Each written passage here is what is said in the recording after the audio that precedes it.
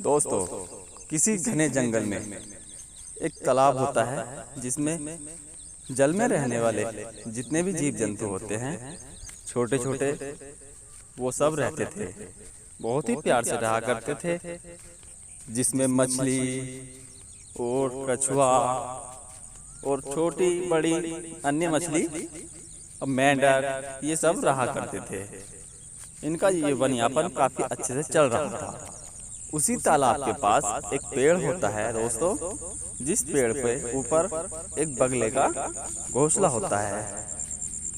बगला काफी समझदार और बुद्धिमान था। वह हमेशा अपनी नजरों में यही सोचता था कि काश मैं इस तालाब की सारी मछलियां खा जाऊं।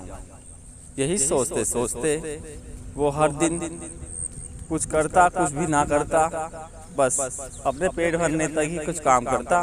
बाकी वो अपने घोंसले में उस तालाब की तरह ही देखता रहता था। एक दिन चतुर बगले ने एक योजना बनाई।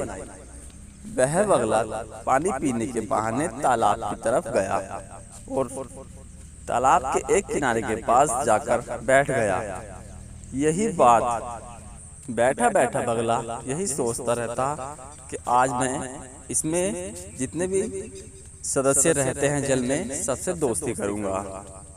कुछ देर बाद किनारे पर मेंढक आता है और वह मेंढक से कहता है कि सुनो मित्र, आप तो काफी अच्छा तैर लेते हैं, क्या आप मुझे तैरना सिखा सकते हैं? इस पर मेंढक हंसता है और उसकी बातों से प्रभावित होता है। ऐसे करते करते वो सब जीवों से दोस्ती कर लेता है। जब बगले की दोस्ती उन सब मछलियों से और मेंढकों से हो जाती है, तो फिर एक दिन वो योजना बनाता है और फिर कहता है कि मेंढक भाई, मैंने तालाब के उस पार कुछ पंडित को, कुछ महाराजा को यज्ञ करते हुए देखा है, और वे यज्ञ इसलिए कर रहे थे कि ये तालाब सूखने वाला है और इसमें रहने वाले शिव जीव जब यह सूख जाएगा तो मर जाएंगे। इस पर मेंढक थोड़ा बहुत घबरा जाता है और यह बात सारे तालाब के जीव जंतुओं को बता देता है। सारे तालाब में उथल पुथल हो जाती है। फिर सारे जीव उसी बगले के पास आते हैं और कहते हैं कि हम क्या करें। फिर वह बगला उन सब जीवों से कहता है कि मैंने एक जगह देखी है, वहाँ पर बहुत बड़ा तालाब है और वह कभी सूखेगा भी नहीं। क्यों ना मैं तुम्हें सबको वहाँ ले चलूं? इस पर सारे जीव थोड़ा खुश होते हैं और फिर कहते हैं कि तुम हमें कैसे ले जाओगे? तो वह कहता है कि तुम सब मेरे मित्र हो, क्या मैं तुम्हें सहायता नहीं कर सकता? मैं तुम्हें एक एक को अपनी चोंच में भरकर उस तालाब में छोड़ दिया करूंगा। फिर यह बात से संतुष्टि होकर वह एक मछली को अपनी चोंच में उठाता है और दूर पर्वतों पर ले आकर एक चट्टान पर उसे खा जाता है। और फिर आता है और फिर दूसरी मछली को उठाता है और दूसरी मछली को भी खा जाता है। ऐसा करते करते जब तक वह मछली खाता रहता था, जब तक उसका पेट नहीं भरता था। फिर वह उनसे कह देता था कि अब आज नहीं, आज मैं थक गया हूँ, कल को ले जाऊंगा। ऐसे करते करते काफी सारी मछलियों को वो खा चुका था। और फिर एक दिन मेंढक उससे बोला कि आज मेरी बारी, मुझे वहां छोड़ के आओ।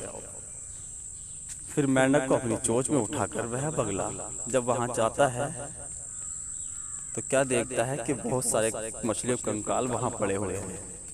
मेंढक उसकी बगले की सारी बात समझ जाता है और फिर अपने मन में योजना बनाता है। वह कहता है कि बगले भाई, हमारे जल में एक नई तरह की मछली आई है, वो भी बहुत नन्ही नन्ही और बहुत ही प्यारी, आप उन्हें भी ले आए ना? तो वह गुस्से में कहता है मेंढक से कि तुमने मुझसे पहले क्यों नहीं बताया? बगला उसकी चतुराई को नहीं समझ पाया था। फिर वह उसी तालाब में चला जाता है और जैसे वह उस मेंढक को छोड़ता है तो कहता है, झट से मेंढक उसी तालाब में कूद जाता है और कहता है, मैं तुम्हारी समझदारी समझ गया था, तुमने हमें धोखा दिया है। मेंढक ये सारी बात सभी जीव जंतु को बता देता है और बड़े जीव जंतु जैसे मगरमच्छ, जैसे ही वह बगला पानी पीने के बहाने चोंच नीचे करता है तो मगरमच्छ उसे दबोच लेता है। तो दोस्तों कैसी लगी ये आज की हमारी कहानी आप अच्छी लगी हो तो हमारी वीडियो को लाइक और चैनल को सब्सक्राइब जरूर करें।